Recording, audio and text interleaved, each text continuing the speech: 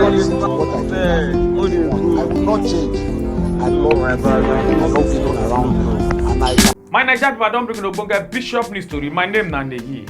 Make a sharply yarn on some story wey be say it just happened. Minister of Works wey be Dave Umar, you don't come out to come talk say federal government no go fit fund all the road projects for inside the country at the same time. As the minister Dave Umar, you come out to come talk on Friday, July 12, 2024. Say President Bola Ahmed Tinubu say na him tell am say make him review all the projects wey dey for inside the country and make him choose the one wey dey important to do. Nigeria Ekalaba police force don come give people the website they get motor for inside Nigeria go reach July 29 as the last date to register for the digitalized central motor registry wey be e-CMR. As the come talk say e go cost reach 5,375 per one motor. As police talk person wey be Olumiwa Adejobi na come out come yarn this talk on Saturday wey be July 13, 2024. As the come talk say why they need to do this digitalized central motor registry na to help to catch all those kidnappers and people wey say they digitalize motor dem. Two-story building don come for collapse for inside phase 2 site 2 for Kubwa area of Federal Capital Territory for Abuja as the building come fall on top some ten ants dem. As NEMA don come tanda from ground to help to rescue wey make dem come rescue 4 people dem as at when we take dey yarn this story as dem come continue come dey find other ones. As I wey be say see how the thing take go na him come out to come yarn this talk say this gbege happen around that kind 7 a.m. in the morning on July 13, 2024. So I went to the front and saw that the building had collapsed. So coming some people, they are still trying to rescue more people. There's some people still trapped inside. So they are still trying to do the rescue right now. How many people have been rescued so far? About 4 people. One Nigerian man don come dey happy as him come shock utilize. He say he don save 5.3 million naira for inside 3 different box, savings box wey be say he keep for inside him house. And he save them within 1 year 6 months for inside him house. For this hard economy, now he save this kind money as plenty Nigerians don't come out come dey hail am say he really try well.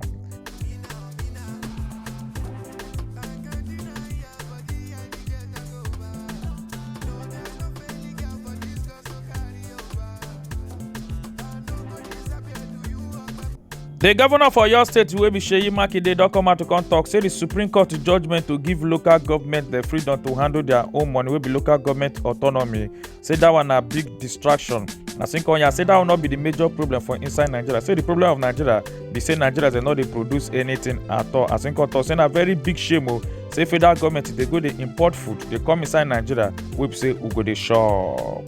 The one-story building of St. Academy Secondary School wey be say e collapse yesterday. As to come see on top this video wey be say that they rescue some students them for under the ground after we block and dust don fall on top them. And yesterday will be on Friday, July 13, 2024. Now this gbege happen for Jos North, Plateau State.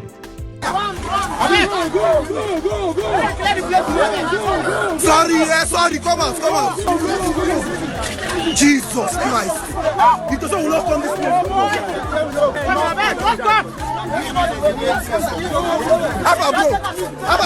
They don't see some kidnappers wey say they carry gun or come kidnap 2 people them as they drag them come out for inside their motor, come carry them put for inside their own kidnapping motor, take drive for comot. And this gbege happen for front of Unizik Gate wey dey for Awka, Anambra State.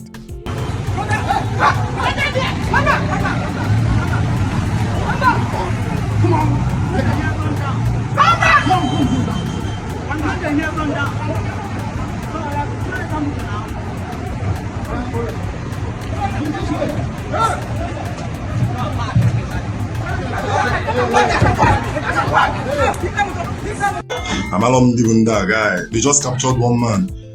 This is the 2nd man they are capturing now. Ogbonga Nigerian singer wey be Femi Kuti don come out to come yarn im mind o.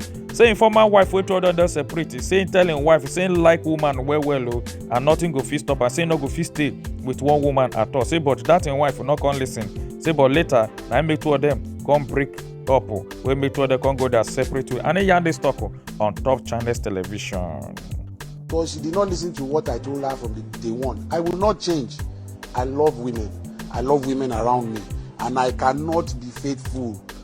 You see, no matter how I try, I know I cannot be faithful. So I don't deceive myself. Now, it is wrong for me to deceive my partner that If I see another woman and a gorgeous girl comes into this room now, we do, hey, oh God, hey, I will, So Nigeria Calabar police don come arrest one young man wey say they see soap for him hand as the man come dey provoke, come dey do this video. Say whether him be small pikin, whether na him be the first person wey be say him dey carry soap. Say he no go give the police people their money again, wey be say he won't even give them. Say make all of them, make they follow, they go police station. Oh, they go. See soap for my bag, now small pikin dey follow talk. Me wey wan dash you money now I do pity for myself fast. Thank God I don't give una shish. Go reach that station like this.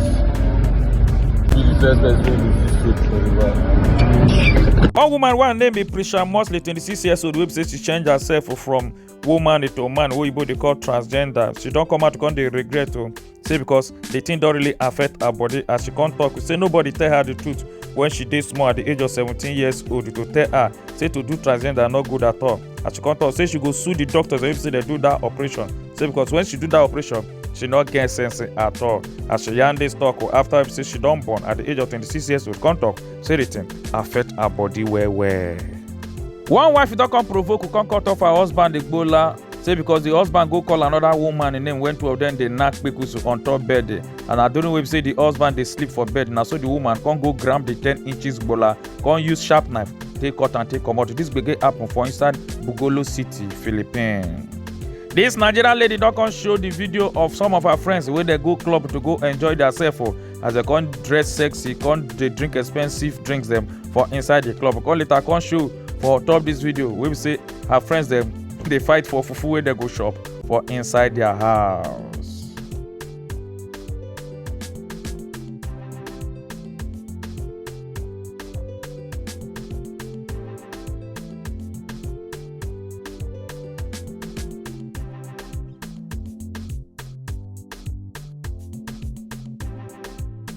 Now Bishop News O'Clock, my name is Nehi. Make una enjoy your day.